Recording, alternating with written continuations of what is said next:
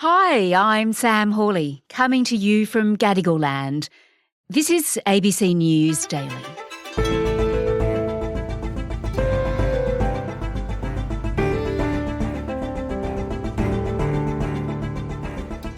Airbnb changed the way we holiday, increasing competition and opening up new destinations. But now in some places it's starting to overstay its welcome. From New York City to Byron Bay, the rules are tightening as cities struggle to accommodate their own residents. Today, economic and urban geographer Thomas Sigler on regulating short-stay rentals and whether it will really help solve the housing crisis. Thomas, to understand the rise of the Airbnb, it's worth just stepping back and considering where it all began. Sure. So Airbnb was founded by three guys with a couch. And they lived in San Francisco as roommates, and they had a couch to spare. And it was the Democratic National Convention was in San Francisco, and they built a digital app to actually monetize that couch, not realizing that they would soon become billionaires. And we're at a point now, I think, where most of us have stayed in an Airbnb at some point, and they're all around the world. They began popping up here in Australia in 2012. Just tell me about the growth here. Yeah, so the growth of Airbnb, and when I say Airbnb, I'm generally referring to digital short-term rentals, was rapid. First and foremost, Australians are very digitally connected. You know, we have a very high internet uptake, and most of us have smartphones. Second of all, there's a long tradition of holidaying in Australia where we sort of trade houses, go to the beach for a week, and it was quite logical. And Australians are also very mobile, so people renting out their homes when they traveled was quite logical. So the uptake was really rapid. And it surged right up until the eve of COVID in 2019, when we counted 350,000 properties that at some point in the year were available on the platform. But that sort of fell after the pandemic, did it? Yeah, that's right. With the pandemic, we saw some very significant changes in the short stay accommodation market. First and foremost, the closure of the borders meant that international tourists weren't coming. So of the 350,000, on any given night, about 200,000 of those were available. And that figure, both of those figures dropped by about 30% during the pandemic and sort of bottomed out in early 2021. Okay, has that rebounded yet? It hasn't, no. And that's kind of the interesting thing. We've just run the numbers, actually. We found that there's been some rebound, but not an entire rebound. And to be perfectly honest, I'm not convinced there will be a rebound. Oh, interesting. Okay, so I guess importantly, we need to know what percentage of the housing stock is taken up by Airbnb. Do we know that? Well, roughly, yes. So there's approximately, as I said, 200,000 dwellings that at any given time could be a short-term rental. Now, that's not just Airbnb. That's also Stays and some other similar platforms. Now, I think it's important to drill down and look at what those actually are. A lot of those are people's second homes. They're genuinely people's second homes, ones that they very rarely use. A lot of those are bespoke vacation rentals. So apartments on the beach, apartments on the Gold Coast, for example, that were never built to be anything but short stay accommodation. And then there's about a quarter of those properties that are what we call hosted stays. And what we mean by hosted stay is somebody opening up a room in their own home for a visitor, either for one night or several nights. So Airbnbs really come in all shapes and sizes. But to answer your question directly, it would be about 2% of the housing stock in any given form.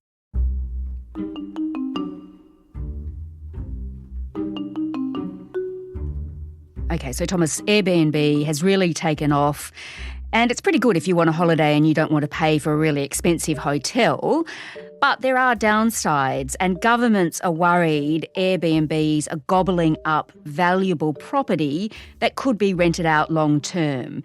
In really popular spots like Byron Bay, residents are really worried about this too, aren't they? Yeah, that's right. I think there is some concern in communities. All of the places that people live have been turned into Airbnb. Anything that is available is outrageously priced because they can ask what they want. But I think the concern actually stems from multiple angles. It's not simply just a housing supply issue.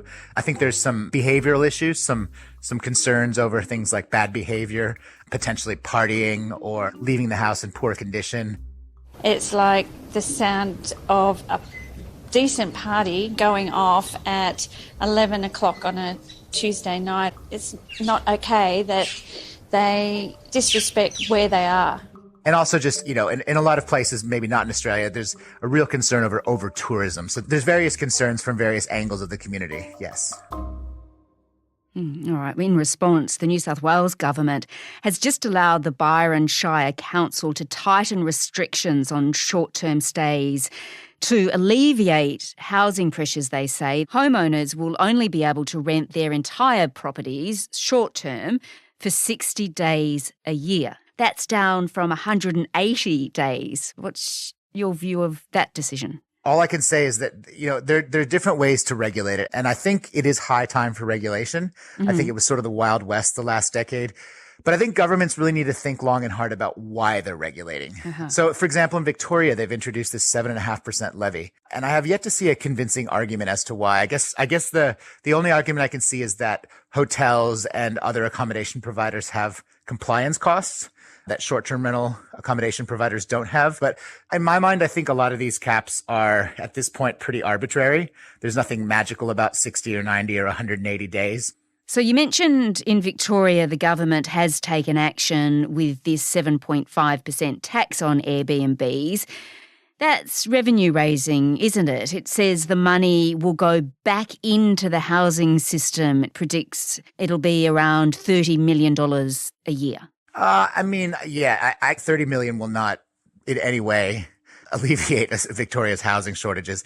It's primarily, at least this is my perception and the perception of others on this topic, it's a punitive tax. So the idea is it's meant to be a slap on the wrist to hosts to say, hey, maybe you should reconsider converting your apartment to an Airbnb. In my mind, I don't think they would come out and say that, but I think that's probably what we all agree it is.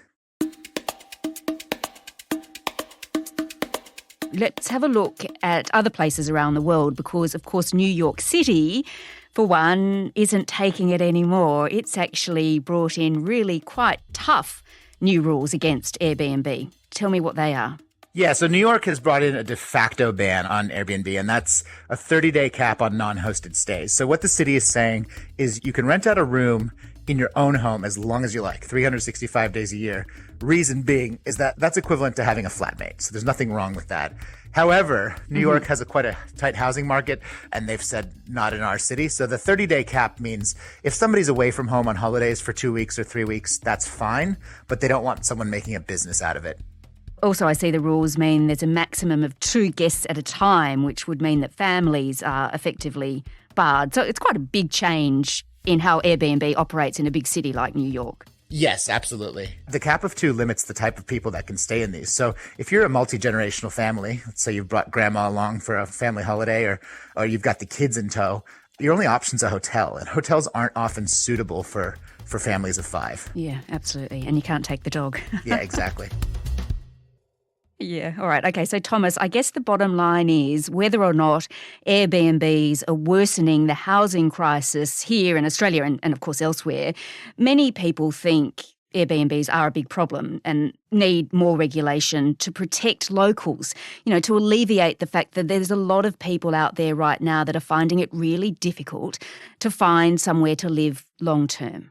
Yeah, that's right. And I think action does need to be taken.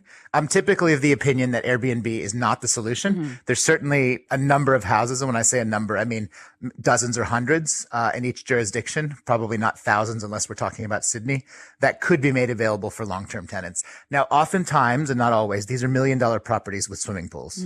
So typically the pool of tenants who are looking are not the same as the tenants who would be, availed to these properties in the event that they were converted. So I think short-term rental legislation is a piece of the puzzle, but to be perfectly honest, I feel that it's a very, very small piece of the affordability and supply puzzle. And that I think a lot more dramatic measures need to be considered in order to create housing for everybody. Yeah, all right. But it's not just wealthy residents and great big homes that are the problem. For some councils, they can't even find places for workers to live, like essential workers. And that's a point that's been made by Byron's Mayor, Michael Leon. We are probably one of the most expensive places in the state. We have the highest rate of homelessness. There's more homeless people in sheer numbers now than the city of Sydney.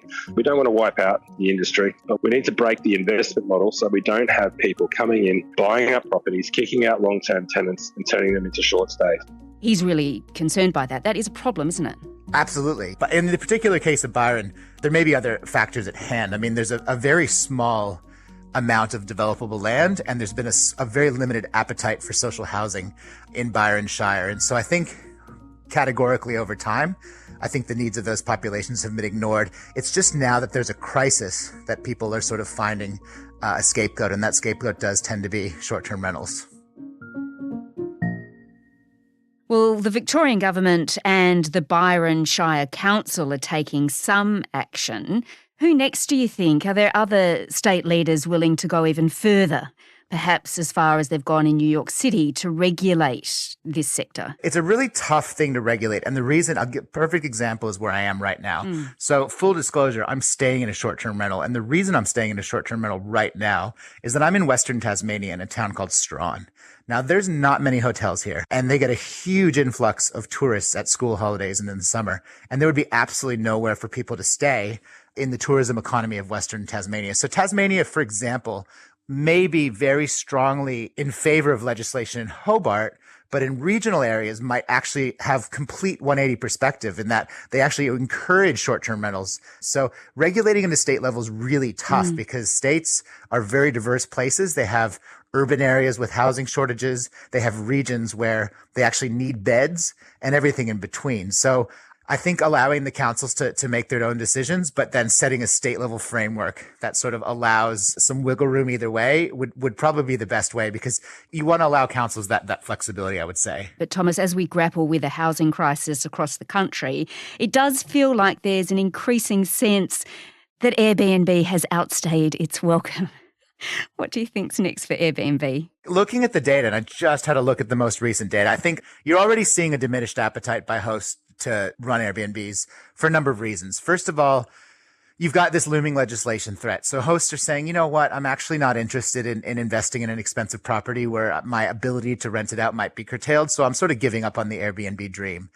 Second of all, a lot of people have sort of divested in their second properties as the housing market has surged. And third, I think this is purely an economic perspective. Long-term rents are up. So there may be purely economic reasons why hosts are sort of tapping out and saying, you know what, I've had my go at this Airbnb thing and I'm ready to call it quits. Right, okay, but your message is regulation is difficult, and if it's done, consider it carefully. Yeah, absolutely. I'm definitely not anti-regulation. I'm definitely pro-regulation. And when states craft their legislation, they need to consider the diverse needs of communities. All right, Thomas. In the meantime, enjoy Tasmania. Thank you very much.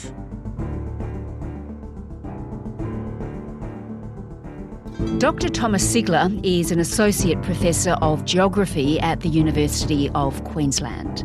Victoria's 7.5% levy won't begin until 2025. The 60-day cap on short-term rentals in the Byron Shire will begin in September next year.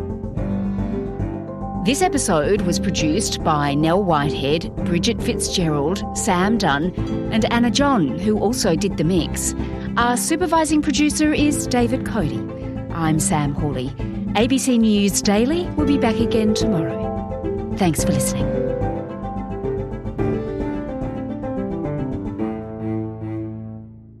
Subscribe to listen to more free podcasts or download the ABC Listen app and stream ad-free.